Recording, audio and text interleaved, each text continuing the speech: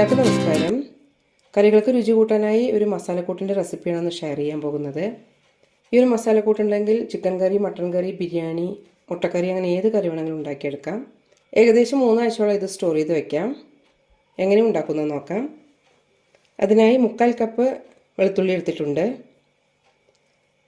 1/2 cup ഇഞ്ചി അരിഞ്ഞത്, ഒരു 20ഓളം ചെറിയ ഉള്ളി എടുത്തിട്ടുണ്ട്. ഇനി ആവശ്യമുള്ളത് കുറച്ച് കറി മസാലയാണ്.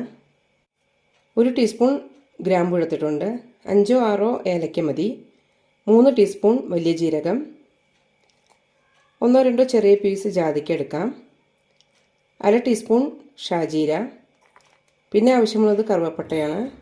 ഇതുപോലെ വലുപ്പമുള്ള പീസുകളാണ് എടുത്തിരിക്കുന്നത്. 6 സ്റ്റാർ അനീസ് എടുത്തിട്ടുണ്ട്.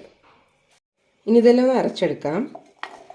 ഇതുപോലൊരു മസാലക്കൂട്ട് അരച്ച് വയ്ക്കുകയാണെങ്കിൽ കറികൾ ഉണ്ടാക്കൽ ഒന്നും കൂടി എളുപ്പമാണ്.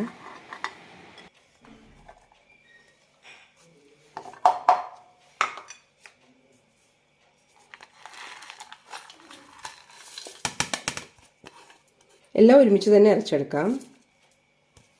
ഇനി ഇതിലേക്ക് 1 ടീസ്പൂൺ കുരുമുളക് കൂടി ചേർക്കാം. കൂടെ തന്നെ ഒരു 1/4 ടീസ്പൂൺ ജീരകം, 1 ടീസ്പൂൺ കസകസ കൂടി ചേർക്കാം. കസകസ ചേർക്കണം നിർബന്ധമൊന്നുമില്ല, ഇല്ലാതെ അരച്ചെടുക്കാം. ഇനി ഇത് നന്നായി ബ്ലെൻഡ് ചെയ്തെടുക്കാം. നല്ല ഫൈൻ പേസ്റ്റായി ബ്ലെൻഡ് ചെയ്തെടുക്കണം. ഇതിലേക്ക് 1/2 കപ്പ് വെള്ളം കൂടി ഒഴിച്ചിട്ടാണ് അരച്ചെടുത്തത്. വെള്ളം കൂടാതെ ശ്രദ്ധിക്കണം.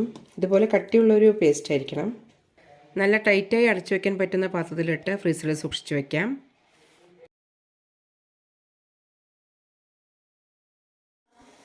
അരക്കിലോ ചിക്കൻ കൊണ്ടാണ് കറി ഉണ്ടാക്കിയിരിക്കുന്നത്. ഇതിലേക്ക് 2 ടീസ്പൂൺ ഈ പേസ്റ്റാണ് ഇട്ടത്.